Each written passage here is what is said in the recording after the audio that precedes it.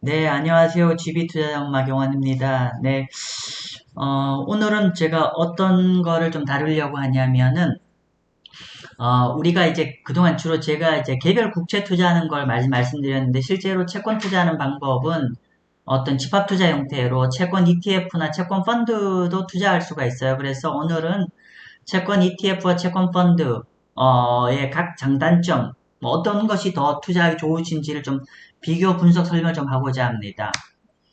자, 먼저 그 설명을 하기 전에 제가 어떤 단계를 가야 되냐면은, 어, 기본적으로 현재처럼 개별 국채 형태로 투자하는 거와 어떤 채권 펀드나 채권 ETF로 투자하는 것의 어떤 장단점을 먼저 간단하게 좀 비교 분석을 하도록 하겠습니다. 뭐 제가 한번 간단히 정리를 해봤는데, 일단은 제가 개별 국채를 얘기하는 거는 일단 참 투자 대상에서는 저는 이제 개별 채권 같은 경우는 국채만 적합할 거라고 저는 계속 말씀드려요. 왜냐하면 여기서는 우리가 개별 국채를 투자하는 목적이 만기 보유 전략이 아니라 중도 매각 차원이고, 그러면 중도 매각에 유리한 거는 사실은 우량 채권이 아니라 국채만 가능하거든요. 특히나 국내에서는 상대적으로 국채가 아닌 것들은 부도 가능성이 있기 때문에 저는 개인적으로 개별 국채 매매하는 거는 국채만 가능하다라고 말씀 좀 드릴 수 있고요. 반면 채권 펀드나 채권 ETF 같은 경우는 기본적으로 다양한 투자 섹터, 예를 들면 국채, 투자 등급 채권, 하이드 채권, 이머징 마켓 채권 등 다양한 어떤 채권 섹터에 투자를 할 수 있는 게, 그러니까 채권 펀드나 채권 ETF는 분산 투자가 되어 있기 때문에 이렇게 다양한 섹터를 좀 투자할 수 있는 게 장점일 겁니다. 그러니까 아까 다시 한번 정리를 하면은 우리가 채권을 얘기를 한다고 하면은 등급이 좀 이렇게 있겠죠. 등급이 더블 A, 싱글 A, 뭐 트리플 B 있으면은 국채 같은 경우 매니에만 가능하지만 기본적으로 우리가 채권 펀드나 ETF 같은 경우는 분산 투자로 리스크가 분산되기 때문에 이렇게 모든 신용 등급에서 제가 좀 쓰다 보니까 이상한데 트리플 A입니다. 이렇게 모든 신용 등급에 좀 투자할 수 있다는 차이점이 있고요. 두 번째로 그러다 보니까 이제 개별 채권 트레이딩은 주로 물론 미국 국채를 개별 채권도 투자할 수 있지만 주로 사실은 국내가 대상일 것 같은데 이 다양한 채권 섹터라는 거는 사실 국내에서는 이제 우량 채권이나 이런 개별 채권의 시장, 국채를 제외하고는 마땅한 투자 대상이 없다고 저는 판단합니다. 그래서 실질적으로 투자를 할 수 있는 대다수의 어, 많은 채권 섹터들은 다 해외에 존재하죠. 이게 좀 차이가 있을 것 같습니다. 그래서 채권 펀드나 채권 ETF 같은 경우는 상대적으로 국내 채권보다는 해외의 다양한 하이드 채권이라든지 뭐 IG 채권이라든지 이머징 마켓 채권이라든지 이런 해외 채권을 좀 투자한다는 측면에 좀 차이가 있을 것이고요.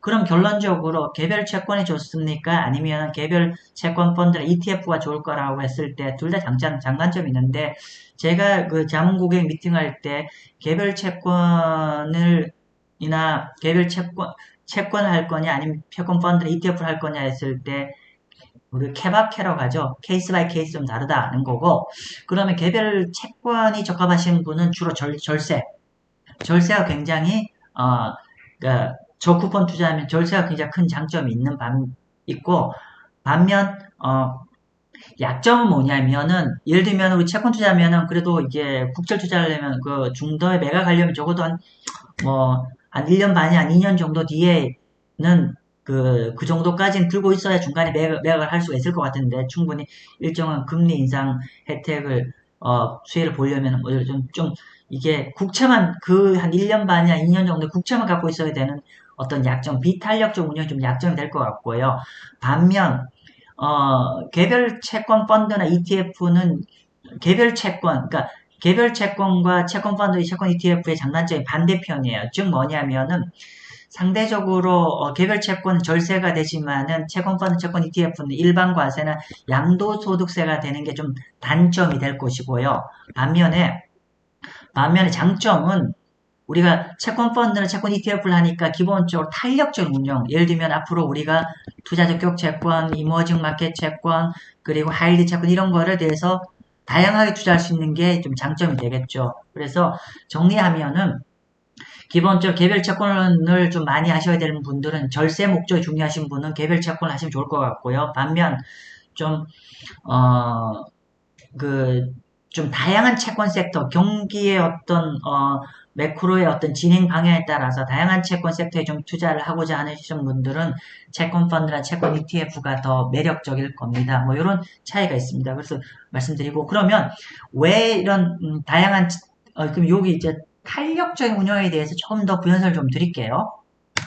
자, 지금 요거 자료는 주요 채권 섹터들입니다. 주요 채권 섹터들이 예를 들면 여기가 지금 요거 보시면은 여기가 지난 10년간의 금리 움직인 거고 여기는 지난 10년간의 평균입니다. 그리고 요거는 현재 금리 기준이에요. 물론 이게 1월 초 자료가 조금 약간 차이 납니다만은 자, 그래서 결론은 이게 주요 채권 섹터들인데 모두 다 지금 모든 채권 섹터가 평균보다 다 위에 있습니다. 위에 있고 지난 10년에 최고 금리 근처에 와 있어요. 자, 여기서 보실 때 스케일이 이쪽 축은 이쪽 스케일을 보셔야 되고 이쪽 축은 이쪽 스케일을 보셔야 돼요. 금리가 좀 달라요. 그쵸? 자, 이렇게 되는데 결론은 이제 이게 쭉 채권 섹터입니다. 주요 채권 섹터예요. 뮤니시펄, IG, MBS, 모기스 그리고 이머징 마켓 달러, 이머징 로컬 커런시, 이머징 회사채, 미국 하이드죠. 결론은 앞으로 계속 이렇게 투자하시면 됩니다. 이렇게 가고 이렇게 가고 이렇게 가고 이렇게 가죠. 지금 뭐냐면은 이쪽일수록 상대적으로 제가 지금 잘 안 보이네요. 제가 다시 한번 그려볼게요. 지금 보시면은요. 여기 이쪽일수록 고등급 채권이고 이쪽일수록 저등급 채권이에요. 따라서 지금 당장은 이쪽 채권에 집중을 해야겠지만 앞으로 경제 상황이 전개되는 거에 따라서 이 아래 채권 방향을 투자를 하시면 지속적으로 주식을 투자하지 않고도 굉장히 매력적인 어떤 투자의 어떤 채권 투자 사이클을 가져갈 수가 있을 것이고요. 자, 그러면 특히 등급 낮은 채권 같은 경우는 거의 10% 육박하는 채권 금리입니다. 근데 지금은 빨라요. 지금 들어가시면 안 됩니다. 그래서 아무튼 매크로 상황 진행 상황에 이렇게 투자를 하시면 굉장히 좋은 사이클이 될 것 같고 요거는 힌트인데요.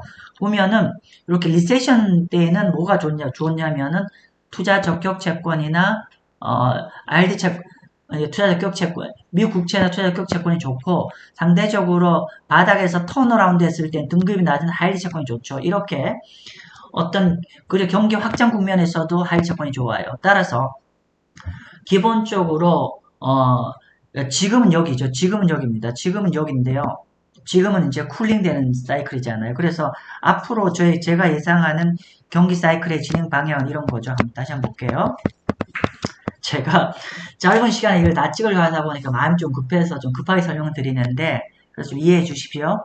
지금 경기 상황의 진행 방향은 이렇게 될 것 같아요. 현재 쿨링에서 아마도 이렇게 리세션을 갈 것 같고요. 리세션에서 다시 어떻게 될 것 같냐면 이렇게 턴어라운드 될 거겠죠. 그래서 지금은 국채 쪽으로 집중해야 되는데 조금 더 가면은 국채와 IG 그레이드로 확장해야 될 것 같고요. 그리고 바닥권에서 턴어라운드 하면 등급이 낮은 이렇게 하이드 채권 들어가면 좋을 것 같고 마지막에 이렇게 되겠죠. 여기도 하이드 채권이죠.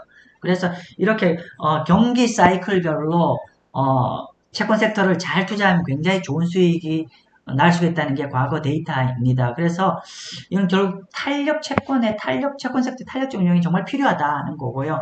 그래서 돌아보면 그러면 제가 드리고 싶은 말씀 뭐냐면은 결론적으로 이런 탄력적인 운영을 위해서는 개별 채권을 사서 바이앤홀드나 중도 매각보다는 채권 펀드나 채권 ETF를 활용하시는 게 굉장히 좋을 것 같다. 왜냐하면 등급이 낮은 채권일수록 리스크 분산을 해야 되기 때문에 어떤 집합 투자, 그러니까 채권 펀드나 채권 ETF가 더 필요해집니다. 따라서 여러분이 향후에 지금은 국채지만 투자 적격 채권에 이머징 마켓 채권에 하이리 채권까지 투자하실 생각가 있다면 저는 채권 펀드와 채권 ETF를 투자하기를 권해드립니다. 자, 이게 파트 1이고요. 자, 파트 2는 뭐냐면, 자, 그러면 채권 펀드가 더 나을까요? 채권 ETF가 더 나을까요? 하는데 일반적으로 많은 분들이 채권 ETF만 아세요.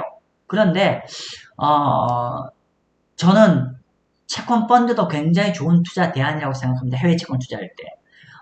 첫 번째로 가장 제가 설명을 안 드리고 첫 번째 제가 먼저 말씀 좀 드리고 싶은 거는 일반적으로 펀드와 ETF를 얘기한다면 ETF 장점은 펀드보다 훨 더 빨리 매매를 할 수가 있는 장점이 있죠. 채권 펀드는 거의 한 1, 2주 걸리는 반면에 채권 ETF는 2, 3일 만에 다 매매를 할 수가 있잖아요. 그죠? 하루 만에. 그래서 주식을 할 때는 상대적으로 채권 그러니까 펀드 대비 ETF가 굉장히 큰 장점이 있는데 상대적으로 채권은 주식처럼 그렇게 아주 단기적인 마켓 타임을 할 필요가 없어요. 따라서 상대적으로 어떤 시간의 긴밀하게 대처할 필요성이 조금은 줄어들죠. 그러다 보니까 그런 측면에서는 채권 펀드와 ETF가 저는 별반 차이가 없지 않을까 싶습니다.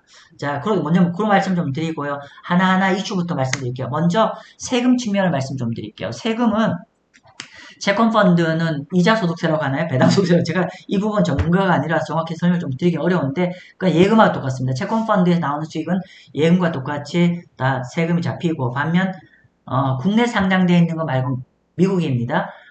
미국 상장된 ETF는 양도소득세 이런 차이가 있다는 걸 말씀드릴게요. 그래서 어쨌건 간에 개별 채권은 같은 경우는 쿠폰만 과세가 돼서 매각 차익, 할인 차익은 다 비과세인 반면에 채권 펀드는 기본적으로 배당소득이나 이자소득으로 잡히는 게 있고 채권 ETF는 양도소득세로 잡히는 뭐 그런 차이가 있을 것 같습니다. 자, 그 다음에 환해증. 이 부분 굉장히 중요합니다. 굉장히 중요합니다. 자, 여러분들이 예를 들면 TLT 많이 죠 TLT, 미국채. 자, TLT 줬는데 예를 들면 TLT 투자해서 앞으로 1년간 수익률 20% 났다 합시다.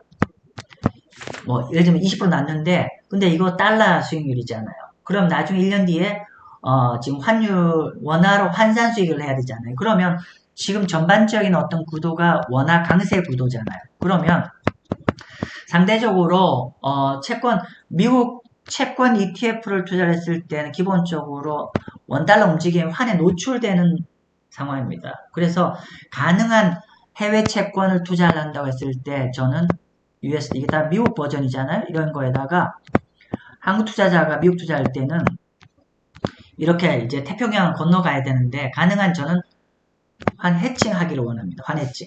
그러면 보통 일반 국내에 상장되어 있는 이제 소수의 채권 ETF 말고 주로 많은 채권 ETF들이 미국에 상장되어 있는데 그러면 보통 경우는 달러로 미국 ETF에 투자를 해야 되는 상황이죠. 그러면 이런 미국의 달러로 미국 ETF 투자를 하려면 원화 강세로 갔을 때 환차손이 있습니다. 자, 그러면 그러니까 해외 채권 투자를 하고 싶은데 환차손을 노출을 안 되게 하기 위해서 어떻게 하는 방법이 있냐? 있습니다. 어떻게 되면 국내의 해외 채권 펀드인데 환해증이 되어 있는 해외 채권 펀드를 하시면 될 것 같습니다. 자, 환해증을 하면은 뭘 묶느냐면은 KRW와 USD를 이렇게 해칭하는 겁니다. 그러면 해칭을 하게 되면은 원달러 움직임의 변동폭에 노출되지 않으면서 미국 채권을 투자할 수가 있어요. 그래서 기본적으로 우리가 점진적으로 워낙 강세 국면 예상이 되기 때문에 만약 달러로 간다고 하면은 아무래도 환 리스크에 노출될 가능성이 있는데 채권 펀드 특히 환해칭한 채권 펀드를 하시면은 환 위험에 노출되지 않는 장점이 있습니다. 따라서 기본적으로 환 리스크에 노출되고 싶지 않은 분들은 해외 채권 투자하고 싶고 예를 들면 미국 할리 채권 투자하고 싶은데 환 리스크에 노출되기 싫으신 분들은 어떻게? 채권 펀드를 하시면 되겠죠. 자, 그리고 기본적으로 채권 펀드와 ETF의 또 다른 본질 차이는 뭐냐면은 채권 펀드는 상대적으로 인덱스 펀드라고 보셔야 되겠죠. 채권 인덱스로 주로 구성된다고 보셔야 되고 물론 이제 뭐 일부는 약간 액티브 운영을 한다지만 사실은 그래도 거의 인덱스 운영을 한다고 보면 될 것 같은데 반면 채권 펀드 같은 경우는 기본적으로 액티브 펀드, 액티브 인덱스 플러스 알파를 내고자 하는 거고 주로 국내에 들어와 있는 해외 채권 펀드 같은 경우는 거의 다 세계적인 운용사가 운영합니다. 예를 들면 어떤 게 있을까요? 글로벌 고수익을 운영하고 있는 AB 얼라이언스 번스타인이 있고요. 그리고 미국 국채가 투자되어 있는 피델리티 미달러 채권 그리고 세계적 운용사인 핀코의 인컴 펀드 뭐 이런 것들 모두 다 그리고 슈로더 그리고 블랙락, 아시아 타이거 펀드 뭐 이런 다양한 펀드가 있어요. 이런 펀드가 모두 다 사실은 세계적 운용사가 운영하는 거예요. 따라서 저는 사실은 주식은 인덱스 플레이가 좀 더 나을 것 같은데 우리가 사실은 이 채권 펀드는 해외 전문 운용사가 운영하는 펀드도 상당히 매력적이지 않을까라고 정리합니다. 자, 정리해 볼게요. 채권 ETF는 디펜시브 인덱스의 운용 방법이라고 볼 수 있을 것이고 채권 펀드는 조금은 액티브. 근데 이 액티브를 누가 해주냐? 세계적인 운용사가 해준다. 이런 차이가 있을 것 같습니다. 자, 뭐, 더 많은 차이가 있지만 꼭 우리가 아셔야 되는 것 몇 가지는 좀 정리를 했는데, 정리를 다시 해보면은, 채권 펀드는 세금 측면에서 일반 과세고, 채권 ETF는 양도소득세 대상이라는 차이가 있을 것이고요. 그 다음에, 채권 펀드는 원달러 해칭을 할 수 있기 때문에 원달러 위험에 환율 변동 위험에 노출 안 되는 반면에 채권 ETF는 환율 변동 위험에 노출된다.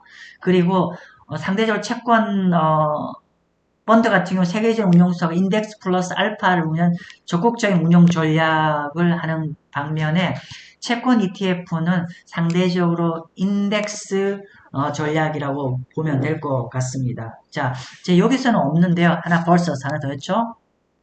개별 채권. 개별 채권은 아까 뭐라고 말씀드렸습니까? 개별 채권은 절세. 세금 생각하면 개별 채권 들어가는 게 맞을 것 같고요. 좀 탄력적으로. 자, 어떻게 해요? 국채, 하이힐드, 어떻게 할까요?